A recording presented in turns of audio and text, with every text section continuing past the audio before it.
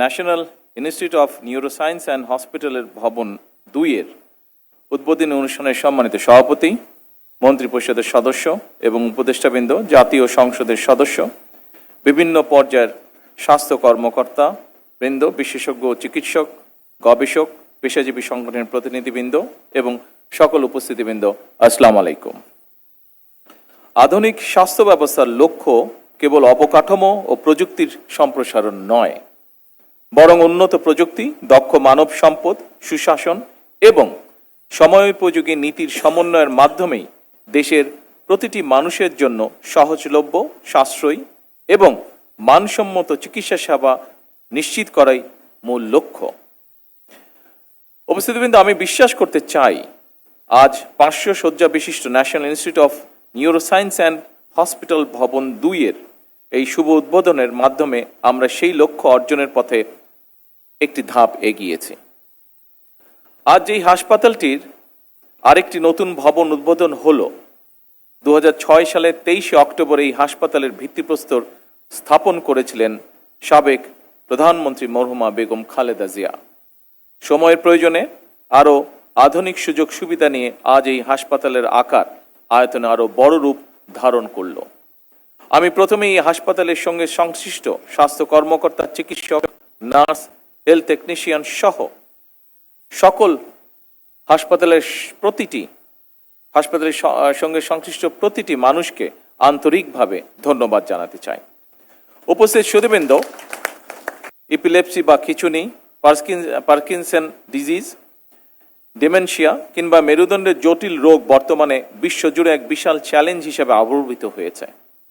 আমাদের দেশে এ ধরনের আধুনিক এবং বিশেষিত চিকিৎসার চাহিদা প্রতিনিয়ত বেড়েই চলেছে। আজকের এই 500 শয্যা বিশিষ্ট আধুনিক ভবন উদ্বোধনের মাধ্যমে এই ধরনের রোগের চিকিৎসা সক্ষমতা বহুগুণে বৃদ্ধি পাবে ইনশাআল্লাহ। আধুনিক আইসিইউ, অপারেশন থিয়েটার, আধুনিক ডায়াগনস্টিক সুবিধা এবং বিশেষায়িত ওয়ার্ডের সমন্বয় গঠিত এই নতুন ভবন কেবল রোগী ভর্তির ধারণ ক্ষমতাকেই বাড়াবে না, একই সাথে চিকিৎসা, গবেষণা এবং উচ্চতর শিক্ষার ক্ষেত্রে এক বিরাট মাইল ফলক হিসেবে কাজ করবে বলে আমি দৃঢ়ভাবে বিশ্বাস করি। দেশের সাধারণ মানুষ যেন স্বল্প খরচে বিশ্বমানের নিউরো চিকিৎসা পেতে পারেন, সেই লক্ষ্য নিয়েই এই বর্ধিত ভবন নিউরোসায়েন্স 2 নির্মাণ করা হয়েছে।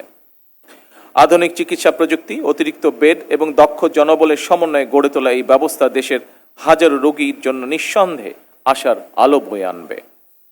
অবশ্যই সুধীবৃন্দ, শুধু প্রযুক্তি থাকলে একটি স্বাস্থ্য ব্যবস্থা উন্নত হয় না, এর সঙ্গে মানসিকতা অত্যন্ত গুরুত্বপূর্ণ। কারণ প্রযুক্তি রোগ শনাক্ত করতে পারে, কিন্তু রোগীর ভয়, উদ্বেগ এবং মানসিক কষ্ট বুঝে তাকে আশ্বস্ত করার ক্ষেত্রে চিকিৎসকদের মানবিক আচরণের বিকল্প নেই। একথা আমরা সকলে উপলব্ধি করি।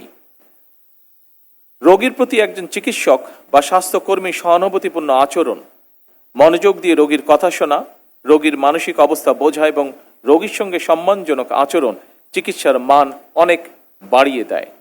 তবে একই সঙ্গে আমাদের এটিকে অবশ্যই মনে রাখতে হবে, চিকিৎসা সেবা এবং চিকিৎসা পরিবেশ নির্ভীক করতে সকল দায় দায়িত্ব চিকিৎসকের একক নয়, বরং আমি মনে করি চিকিৎসক, রোগী এবং রোগীর উদ্বিগ্ন স্বজন, এই 3টি পক্ষের মধ্যে পারস্পরিক আস্থা, সম্মান এবং সহানুভূতির সম্পর্ক বজায় থাকা অত্যন্ত জরুরি। এই 3-এর মধ্যে পারস্পরিক আস্থা এবং সম্মানের পরিবর্তে চিকিৎসকরা যদি নিরাপত্তাহীনতা অনুভব করেন কিংবা রোগী এবং রোগীর স্বজনরা যদি চিকিৎসকদের উপরে বিশ্বাস এবং মর্যাদা সম্পর্ক অনুভব না করেন, তাহলে আমরা যতই হাসপাতালের অবকাঠামোগত উন্নয়ন করি, চিকিৎসার জন্য বিদেশ বিমুখতা বন্ধ করা যাবে না। উপস্থিত সুধীবৃন্দ, বর্তমান সরকার স্বাস্থ্যের অধিকার কেবল মৌলিক অধিকারই নয়, এটি একটি জাতির অর্থনৈতিক এবং সামাজিক উন্নতির চাবিকাঠি বলে মনে করে। আমি মনে করি স্বাস্থ্যসেবা সহজলভ্য এবং সবার জন্য সমানভাবে প্রাপ্য হওয়া অত্যন্ত জরুরি। উন্নত চিকিৎসা যদি শুধু শহরের বিত্তবান মানুষের মধ্যে সীমাবদ্ধ থাকে, তাহলে সেটিকে পূর্ণাঙ্গ আধুনিক স্বাস্থ্যসেবা বলা যাবে না। সুতরাং প্রত্যন্ত অঞ্চলের মানুষ, দরিদ্র জনগোষ্ঠী এবং প্রান্তিক মানুষের কাছে সাশ্রয়ী ও মানসম্মত চিকিৎসা পৌঁছে দেওয়ার লক্ষ্যে বর্তমান সরকার বিভিন্ন পদক্ষেপ গ্রহণ করছে। প্রত্যন্ত অঞ্চলের একজন রোগী যাতে যে কোনো চিকিৎসার জন্য প্রচুর অর্থ ব্যয় করে রাজধানীতে আসতে না হয়, এজন্য সরকার হেলথ কার্ডের মাধ্যমে একটি আধুনিক ও কার্যকর রেফারেন্স সিস্টেম গড়ে তোলার পাশাপাশি চিকিৎসা সুবিধা মানুষের দোরগোড়ায় পৌঁছে দেওয়ার জন্য কাজ শুরু করেছে। এরই অংশ হিসাবে একদিকে দেশের প্রতিটি ইউনিয়নে পূর্ণাঙ্গ প্রাইমারি হেলথ কেয়ার ইনস্টিটিউট প্রতিষ্ঠার কাজ চলমান রয়েছে। অপরদিকে বর্তমান সরকারের মেয়াদকালেই ইনশাল্লাহ পর্যায়ক্রমে প্রতিটি উপজেলা হাসপাতালকে 151 শয্যা বিশিষ্ট হাসপাতালে উন্নীত করা হবে ইনশাল্লাহ। উপস্থিত সুধীবৃন্দ, আজকে শিশুরাই আগামীর ভবিষ্যৎ। সুস্থ আগামী বিনির্মাণের লক্ষ্যে শিশুদের শিক্ষা ও স্বাস্থ্যের প্রতি বিশেষ নজর দেওয়া আমাদের সকলের দায়িত্ব এবং কর্তব্য বলে আমি দৃঢ়ভাবে বিশ্বাস করি। সেদিকে লক্ষ্য রেখে বর্তমান সরকার শিশুদের জন্য নতুন শিক্ষা কারিকুলাম প্রণয়ন করছে। একইভাবে শিশু স্বাস্থ্যের প্রতিও সরকার বিশেষভাবে নজর দিয়েছে। এরই অংশ হিসাবে খুলনা, বরিশাল, রংপুর ও রাজশাহী বিভাগ এবং কুমিল্লা জেলায় একটি করে 200 শয্যা বিশিষ্ট বিশেষায়িত শিশু হাসপাতাল চালু করার কাজ শুরু করেছে। সরকার ইনশাল্লাহ আগামী অক্টোবর মাসে এই একযোগে এই 5টি বিশেষায়িত শিশু হাসপাতাল চালু করতে সক্ষম হবে ইনশাল্লাহ। উপস্থিত সুধীবৃন্দ, জাতীয় বাজেটে স্বাস্থ্য খাতে এ যাবৎকালে সর্বোচ্চ বেশি বরাদ্দ দিয়ে বর্তমান সরকার প্রমাণ করেছে সরকার সুস্বাস্থ্যের বাংলাদেশ গড়তে চায়। এটি স্রেফ একটি স্লোগান নয়, বরং সরকার দেশে একটি কার্যকর ব্যবস্থা গড়ে তুলতে চায় যাতে করে মানুষ দেশের ভেতরেই সকল রকমের স্বাস্থ্য সেবা পায়।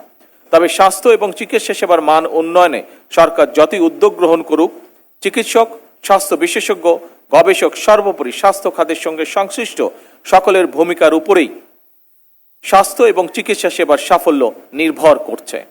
উপস্থিত সুধীবৃন্দ, সরকার এমন একটি কল্যাণমুখী রাষ্ট্র প্রতিষ্ঠা করতে প্রতিশ্রুতিবদ্ধ যেখানে চিকিৎসা পাওয়ার জন্য কোনো নাগরিককে দেশের বাইরে হয়তো যেতে হবে না, কিংবা কেউ অর্থ অভাবে স্বাস্থ্য সেবা থেকে ইনশাল্লাহ বঞ্চিত হবে না। আপনাদের মাধ্যমেই নিশ্চিত করা সম্ভব এই বিষয়গুলো। এই প্রত্যাশা এবং বিশ্বাস রেখে আমি আমার বক্তব্য শেষ করছি। আল্লাহ হাফেজ। বাংলাদেশ জিন্দাবাদ।